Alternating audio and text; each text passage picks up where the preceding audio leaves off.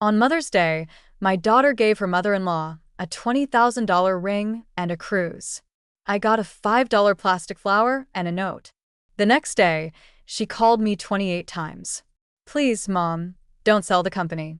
I'm glad to have you here. Follow my story until the end and comment the city you're watching from so I can see how far my story has reached. I'm 67 years old, and I thought I'd experienced every kind of heartbreak life could offer. I was wrong. Mother's Day started like any other Sunday. I woke up in my empty house, made coffee for one, and tried not to think about how quiet everything had become since Harold passed 3 years ago.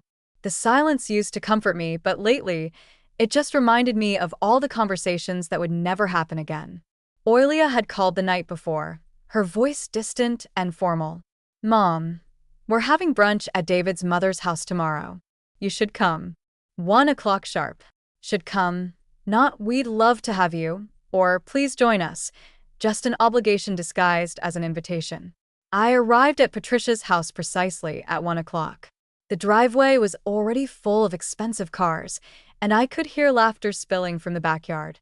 Patricia had always been everything I wasn't: polished, social, effortlessly elegant. Her house looked like something from a magazine, all white marble and fresh flowers. When I walked through the gate, I saw them gathered around the patio table. Oilia sat beside Patricia, their heads close together, sharing some private joke. My son-in-law David was grilling, acting every bit the devoted son Patricia had raised him to be. Colleen, Patricia called out, her smile perfectly practiced. So glad you could make it.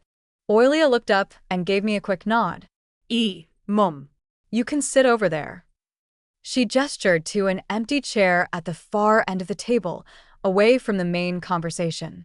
I sat down quietly, watching as everyone chatted about things I wasn't part of. David's sister was there with her children, Patricia's bridge club friends, even the neighbors. Everyone seemed to belong except me. Then came the gift exchange. Oh, Patricia, we have something special for you, Oilia announced, standing up with an excitement I hadn't seen from her in years. David appeared beside her, carrying a small velvet box and an envelope. Patricia gasped when she opened the box. Inside was a stunning diamond ring, the kind that catches light from across the room. Oilia, honey, this is too much. It's not too much for the woman who raised such an incredible son, Oilia gushed, hugging Patricia tightly. And there's more. The envelope contained cruise tickets, 2 weeks in the Mediterranean, first-class accommodations. Patricia actually started crying, and everyone applauded while Oilia beamed with pride. I felt something cold settle in my stomach. $20,000 at least, maybe more.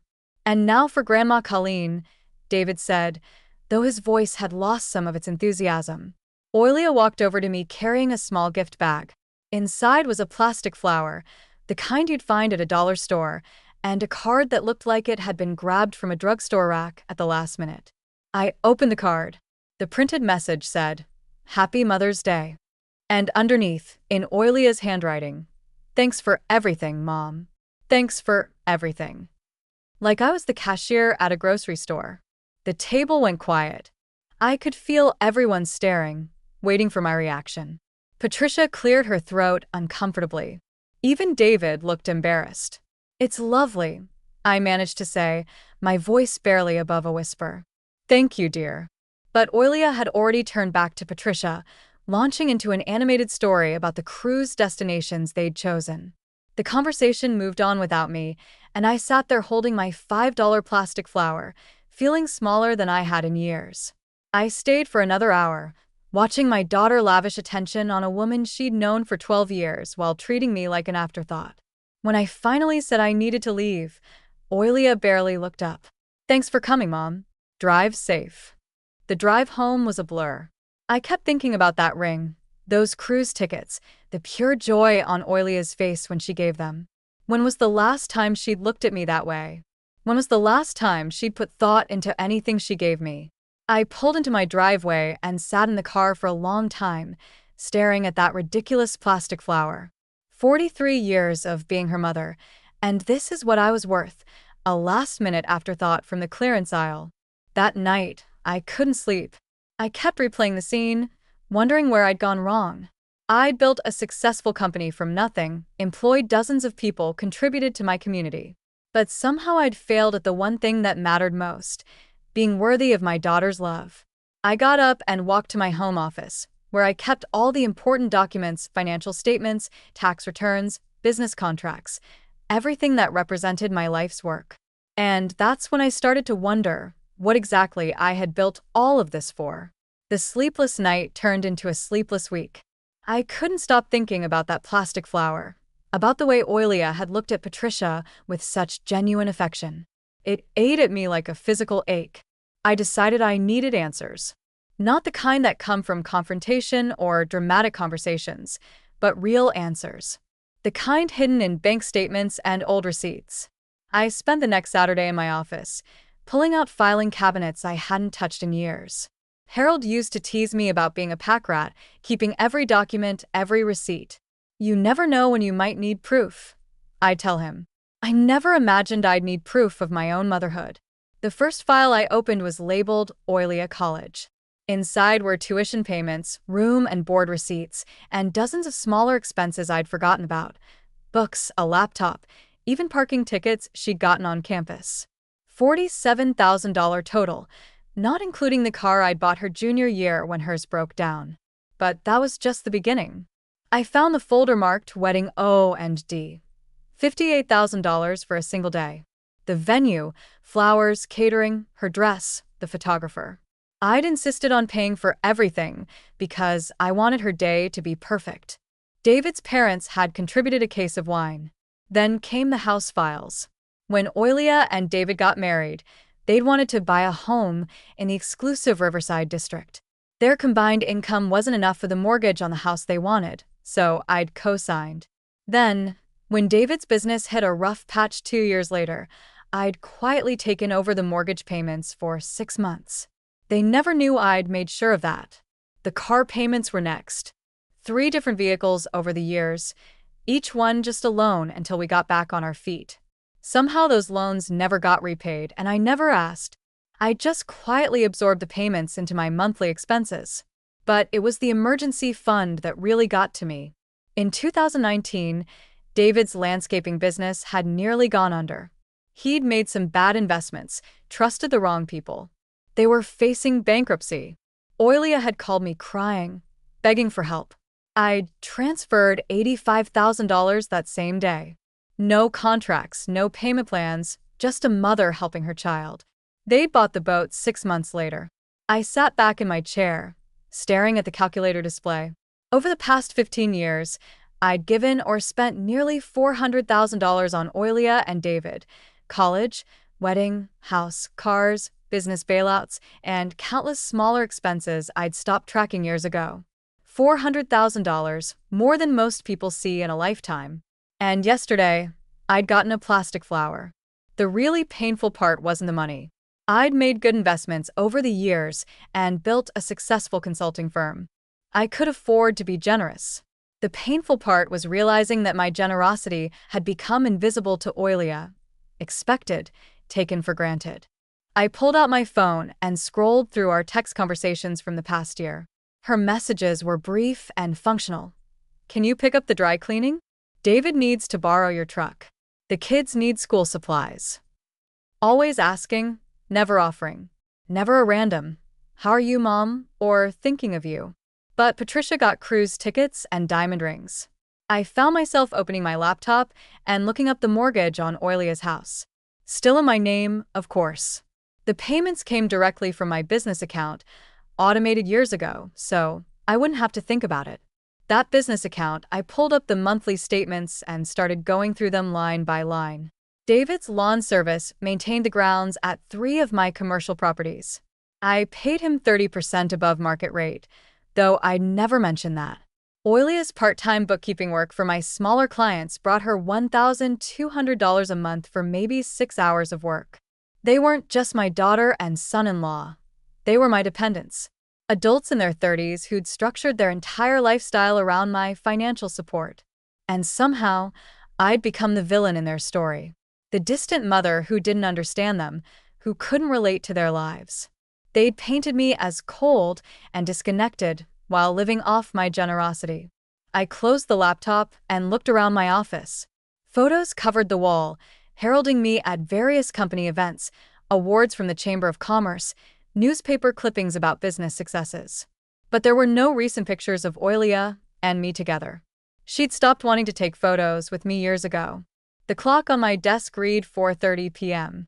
I'd been going through documents for 8 hours, and the picture was painfully clear.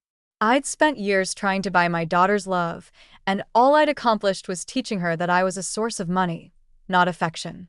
My phone buzzed. A text from Alia. Mom, David's truck broke down. Can we borrow yours for a few days? I stared at the message for a long time before responding. I'll think about it. It was the first time in years I hadn't immediately said yes. That night, I made a decision that would change everything. I called my attorney. Monday morning, I sat across from Margaret Chen, my attorney for the past 12 years. Her office overlooked downtown, and I could see my own building from her window, a reminder of everything I'd built over the decades. Colleen, you look tired, Margaret said, settling behind her desk with a cup of tea. What's on your mind? I'd rehearsed this conversation in my head all weekend, but sitting there, the words felt heavy. I want to discuss selling my business. Margaret's eyebrows shot up. Hartwell Consulting? But you've spent 30 years building that company. It's your legacy.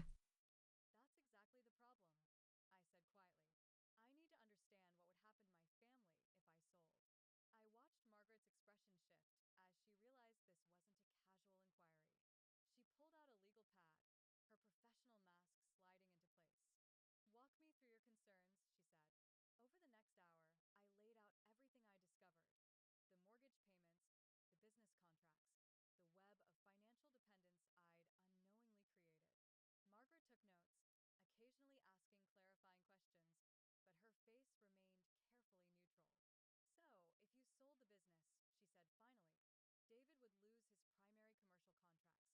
the problem, I said quietly. I need to understand what would happen to my family if I sold. I watched Margaret's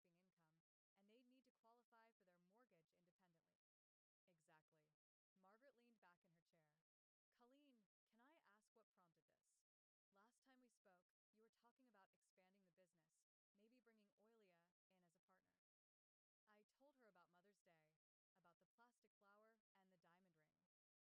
the next hour, I laid out everything I discovered: the mortgage payments, the business contracts, the web of financial dependence I'd unknowingly created. Margaret took notes,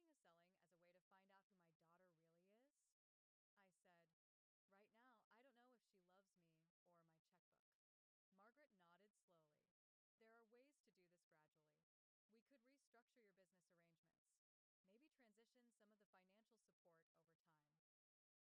I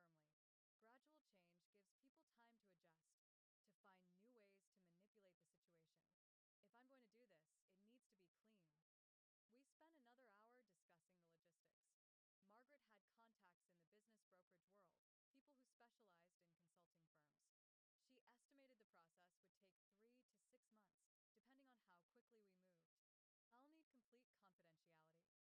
selling as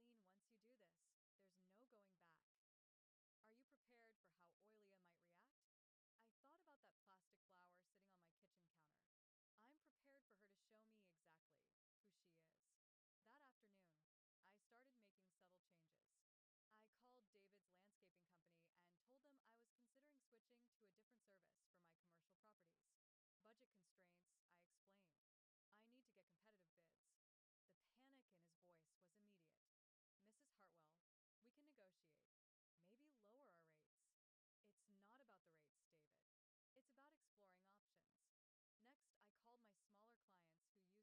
way to find out who my daughter really is? I said, right now, I don't know if she loves me or my checkbook. Margaret nodded slowly. There are ways to do this gradually. We could restructure your business arrangements. Maybe transition some of the financial support over time. No, I said firmly. Gradual change gives people time to adjust,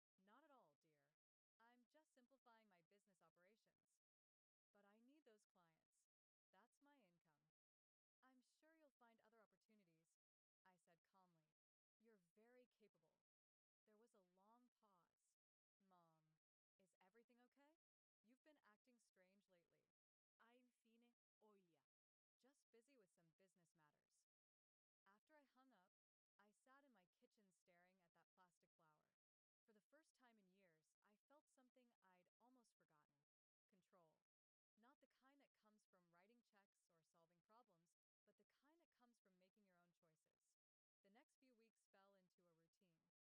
buyers, reviewed financial statements, and gradually disentangled the threads that bound my business to my daughter's lifestyle. Margaret handled most of the legal work, but I insisted on being involved in every decision. The hardest part was the secrecy. I'd never been good at keeping things from Oilia, even when I probably should have. But this felt different. This felt necessary. 3 weeks into the process, I got a call from David. Mrs. Hartwell, I heard from someone at the Chamber of Commerce that you might be selling your business. Is that true? My heart pounded, but my voice stayed steady. People gossip, David, you know how it is. But if you were selling, you'd tell us, right? I mean, it would affect our contracts. If and when I make any major business decisions, you'll be informed appropriately. That night, Oilia showed up at my door. She looked exhausted, her hair pulled back messily, wearing an old sweatshirt I remembered from her college days. Mom, we need to talk, she said, pushing past me into the living room. David's contracts, my bookkeeping clients, now rumors about you selling the business. What's going on? I sat down across from her, hands folded in my lap. I'm reevaluating my priorities. What does that mean? It means I'm 67 years old, and I'm tired of carrying everyone else's responsibilities. Oilia's face flushed. Is this about Mother's Day? About the gift? I'm sorry if you didn't like it, but we've been really tight on money lately. I almost laughed. Tight on money, while living in a house I paid for, driving cars I'd bought, working jobs I'd arranged. But I didn't say that. Instead, I just looked at her and said, this isn't about one day, Oilia. This is about understanding what really matters. She left 20 minutes later, frustrated and confused. I watched her drive away in the car I'd co-signed for back to the house where I paid the mortgage, but not for much longer. The call came on a Tuesday morning while I was reviewing the final purchase agreement. Margaret had found a buyer, a larger consulting firm looking to expand their regional presence. The offer was generous, more than I'd expected. My phone rang just as I was signing the preliminary documents. The caller ID showed my home number, which was strange since I was at Margaret's office. Hello, Mrs. Hartwell. This is James Morrison from Morrison and Associates. I'm trying to reach you regarding the acquisition of Hartwell Consulting. My blood went cold. I'm sorry. Who is this? James Morrison. My firm is handling the due diligence for the purchase. I may have dialed the wrong number. I was trying to reach your office. You called my home number. Oh, I apologize. Someone answered and said they were your assistant.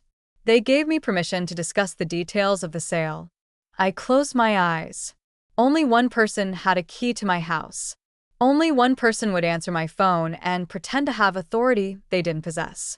Thank you for calling, Mr. Morrison. Please direct all future communications through my attorney, Margaret Chen. I hung up and immediately called my house.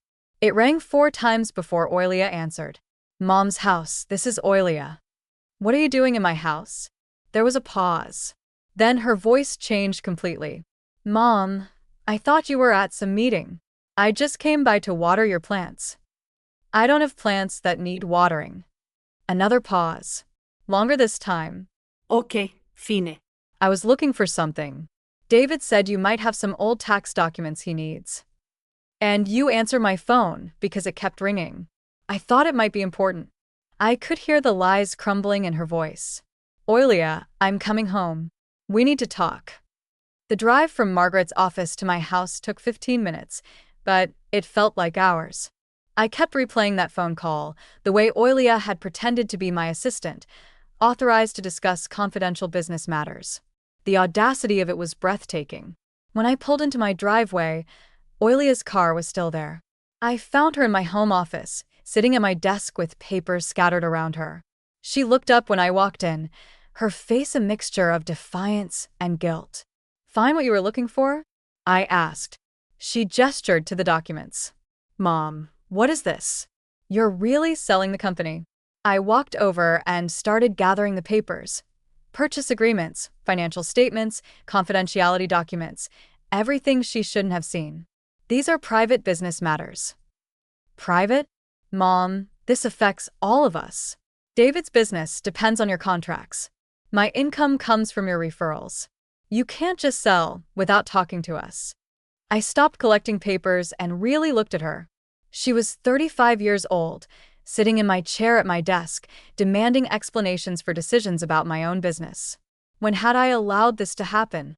"Actually, Oilia, I can sell my business without consulting anyone. It's my company. But what about us? What about our family? What about our family?" I repeated the question slowly. "When did you start caring about our family?" Her face flushed. "I've always cared.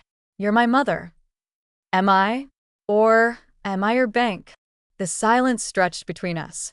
Outside, I could hear the neighbor's dog barking, the sound of normal life continuing while mine fell apart. Oilia's voice was smaller when she spoke again. "Mom, if you're upset about Mother's Day, I already apologized. We can do something special next year." "Next year?" I said quietly, "like the year after that, and the year after that. Always next year when it comes to treating me with respect." I sat down in the chair across from my own desk, looking at my daughter as if seeing her clearly for the first time. "Do you know how much money I've given you and David over the years?"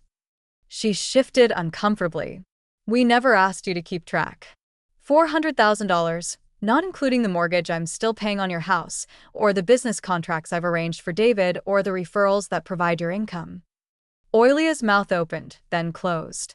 She clearly hadn't expected me to have actual numbers. "I'm not telling you this to make you feel guilty," I continued. "I'm telling you this because I need you to understand something. I've been subsidizing your entire adult life, and somehow along the way, you stopped seeing me as your mother and started seeing me as a resource. That's not true, is it? When was the last time you called me just to talk?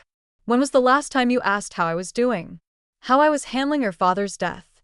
Whether I was lonely in this big empty house?" Her face crumpled slightly. "Mom, when Patricia got a $20,000 ring and a cruise and I got a plastic flower, it wasn't about the money. It was about the thought, the care, the consideration. You spent more time picking out Patricia's gift than you did thinking about mine." Tears started rolling down her cheeks. But I couldn't stop. The words had been building up for years. "You treat Patricia like family because she doesn't give you anything. You have to earn her affection. But me, I'm just expected to provide, to support, to enable your lifestyle without question." "I love you, Mom," she whispered. Do you love what I can do for you?" She couldn't answer that question. We both knew why. My phone rang, breaking the heavy silence. The caller ID showed David's name. "Don't answer it," Oilia said quickly. I picked up the phone. "Hello, David. Mrs. Hartwell. Oilia told me about the business sale. We need to talk about this as a family. This decision affects all of us." "Actually, David, it doesn't. It affects me. It's my business to sell, but our contracts are livelihood. Your livelihood has been my responsibility for too long. It's time for you both to take care of yourselves." I hung up and looked at Oilia, who was staring at me like she'd never seen me before. "Mom, you can't be serious about this." "I've never been more serious about anything in my life." That's when she started to panic. The next morning, my phone started ringing at 6:47 a.m. Oilia's name flashed on the screen. I let it go to voicemail. It rang again immediately and again. By the time I finished my coffee, she'd called 12 times. I finally answered on the 13th call. "Mom, please. We need to talk about this." We talked yesterday, Oilia. I think I was quite clear. You can't just destroy our lives because you're upset about a Mother's Day gift." I sat down my coffee cup, feeling that familiar anger rising. "This has nothing to do with one gift, and you know it." "Then what? What do you want from me?" "I wanted to understand that I'm not your personal ATM. I want you to see me as a person, not a source of funding." "I do see you as a person. You're my mother. When was the last time you treated me like one? Silence then. Mom, if you sell the business, we'll lose everything. The house, David's contracts, my clients. We'll have to start over. Yes, you will. And maybe that's exactly what you need. She hung up on me. 20 minutes later, she called back. Then again. I stopped counting after the 15th call. Each voicemail was a variation of the same theme: pleading, bargaining, threatening, manipulating. She cycled through every tactic she'd learned over the years. Mom, please call me back. We can work this out. Mom, David's having chest pains from the stress. Do you want to put him in the hospital? Mom, I'm sorry about the flour. I'll make it up to you. Just please don't sell the company. Mom, everyone's going to think you're being vindictive and cruel. Is that really how you want people to remember you? By noon, she'd called 28 times. I knew because I'd started keeping count. Each call was a testament to her desperation.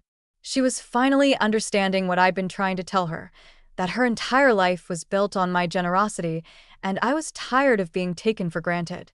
The doorbell rang at 2:30 p.m.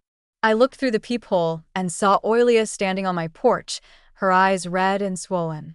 David stood behind her, his face a mask of barely controlled anger. I opened the door, but didn't invite them in. Mom, please.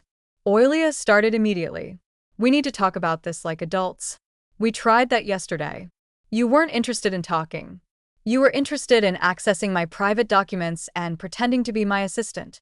David stepped forward. Mrs. Hartwell, with all due respect, this is affecting more than just you. We have a family to think about. So do I said quietly. I have to think about what's best for my family. And right now, what's best is for all of you to learn to stand on your own feet. Oilia's face crumpled. Mom, I'm begging you. Please don't do this. You're begging me now. When was the last time you asked me how I was doing? When was the last time you invited me to dinner that wasn't a holiday obligation? When was the last time you called just to say you love me? She opened her mouth, then closed it. We all knew the answer. I thought so, I said. You only call when you need something. You only visit when you want something. You only care when you're about to lose something. David's anger finally erupted. This is ridiculous. You're punishing us for being successful, for building a life together. Successful? I laughed, but there was no humor in it. David, you're 37 years old, and you've never made a mortgage payment on your own house. Oilia's entire income comes from work I arrange for her. You call that successful? We call it family, Oilia said, her voice breaking. Families help each other. Help goes both ways. Oilia, what have you done to help me? What have you contributed to this family besides taking? The question hung in the air like a challenge. Oilia looked at David, then back at me, searching for an answer that didn't exist. I gave you grandchildren, she said finally. No, you didn't. You moved 3 states away and visit twice a year. I haven't seen Tommy and Sarah in 8 months. Her face went white. Even David looked uncomfortable. You want to know what family looks like? I continued. Patricia's family calls her every week. They visit without being asked. They remember her birthday without being reminded. They give her thoughtful gifts because they pay attention to what she likes. That's why she got the ring on the cruise. That's why she's treated like someone who matters. Oilia was crying now, but I couldn't stop. Years of hurt were pouring out. I spent 30 years building a business so I could provide for my family. I wanted to give you security, opportunities, a better life than I had. But somewhere along the way, you stopped appreciating what I gave you and started expecting it. You stopped seeing me as a person and started seeing me as a resource. Mom, please, she whispered. I'm sorry. I'll do better. I'll be better. You're sorry because you're scared, I said. You're not sorry because you understand what you did wrong. David grabbed Oilia's arm. Come on. We're wasting our time here. She's made up her mind. But Oilia pulled away from him. No, wait. She looked at me with something I hadn't seen in years. Genuine vulnerability. Mom, what do you want from me? Tell me what I need to do to fix this. I looked at my daughter. Really looked at her. 35 years old, crying on my doorstep, finally asking the right question, but it was too late. I want you to figure out who you are without my money, I said. I want you to learn to value relationships that aren't transactional. I want you to understand that love isn't about what someone can give you. And then what? If I do all that, will you change your mind? I shook my head slowly.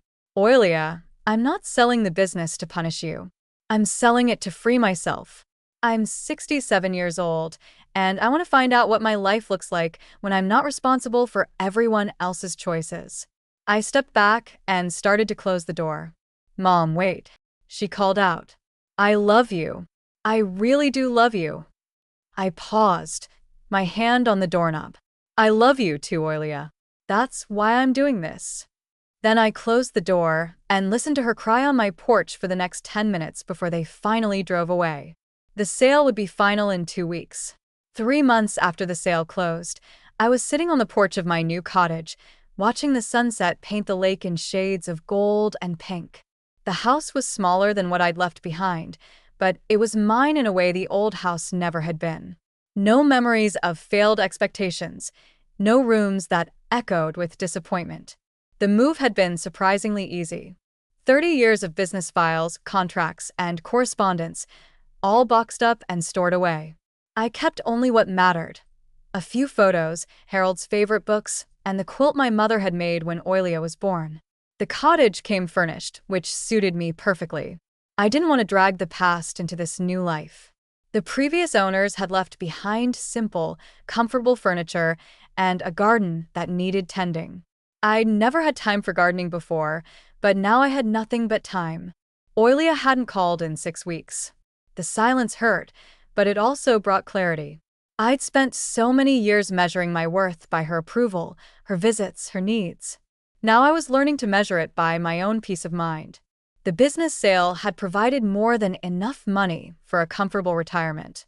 I'd set up a trust for my grandchildren's education, money they'd receive directly when they turn 18, with no strings attached and no parental access. It was my way of ensuring they'd have opportunities without enabling their parents. I'd also quietly paid off the mortgage on Oilia and David's house, not as a gift, but as a final severance. They now owned their home free and clear, but they also knew they'd never receive another penny from me. It was the last check I'd ever write for them. My phone rang, pulling me from my thoughts. I glanced at the caller ID. Susan, my neighbor from across the lake. We'd become friends over the past month, bonding over morning walks and evening glasses of wine. Colleen, are you free for dinner tomorrow? My son and daughter-in-law are visiting, and I'd love for you to meet them. I'd like that, I said, and realized I meant it. Susan's relationship with her children was everything mine had never been. Natural, reciprocal, built on genuine affection rather than obligation. After we hung up, I poured myself a glass of wine and walked down to the dock. The water was still, reflecting the last light of day. A family of ducks paddled by, the babies following their mother in a perfect line. My phone buzzed with a text message. For a moment, my heart jumped, thinking it might be Oilia. But it was from Margaret, my attorney. Thought you'd want to know. David's landscaping business filed for bankruptcy yesterday. Oilia's looking for work at the elementary school. How are you doing?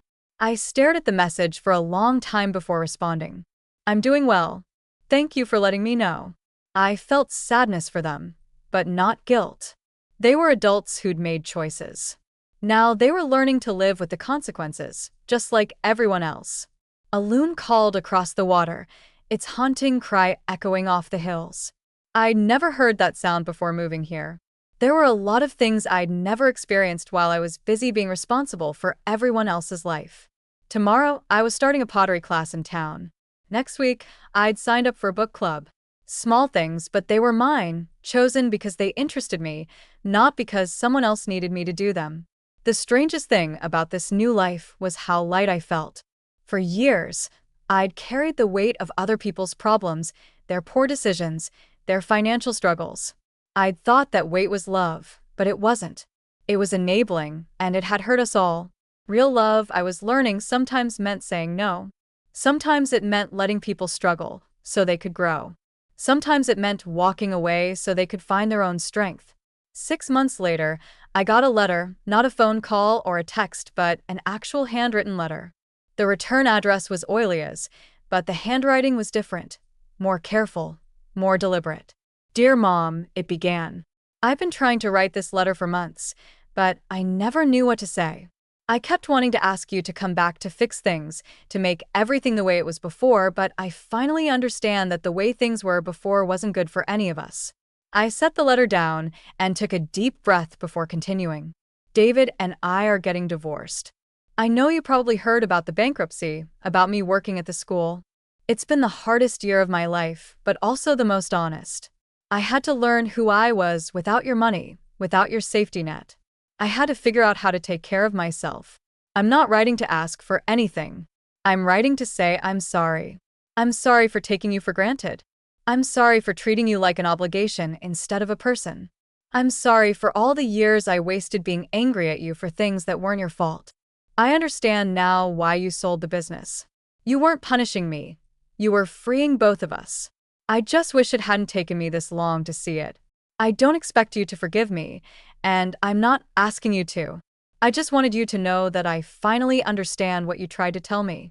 Family isn't about what you can give someone, or what they can give you. It's about showing up, paying attention, and caring about someone for who they are, not what they can do for you. I hope you're happy, Mom. I hope you found the peace you were looking for. You deserve it. Love, Oilia. P.S. I kept the plastic flower. It's on my kitchen windowsill. And every time I see it, I remember the look on your face that day. I remember the moment I realized I'd broken your heart. I'm sorry it took me so long to care about fixing it. I sat on my porch for a long time after reading that letter, watching the sun set over the water. Then I went inside and wrote a response. Dear Oilia, I began. Thank you for your letter. It means more to me than you know, but I didn't mail it that day or the next day or the next. Some wounds need time to heal completely before they can be reopened safely. Some relationships need space before they can be rebuilt on a foundation of truth instead of obligation. Maybe someday we'd find our way back to each other. But for now, I was content to be free. Free from guilt. Free from manipulation. Free from the exhausting job of trying to buy love that should have been given freely. I was 67 years old, and for the first time in decades, I was living my own life. It was enough. Now, I'm curious about you who listened to my story. What would you do if you were in my place? Have you ever been through something similar? Comment below. And meanwhile, I'm leaving on the final screen 2 other stories that are channel favorites, and they will definitely surprise you. Thank you for watching until here.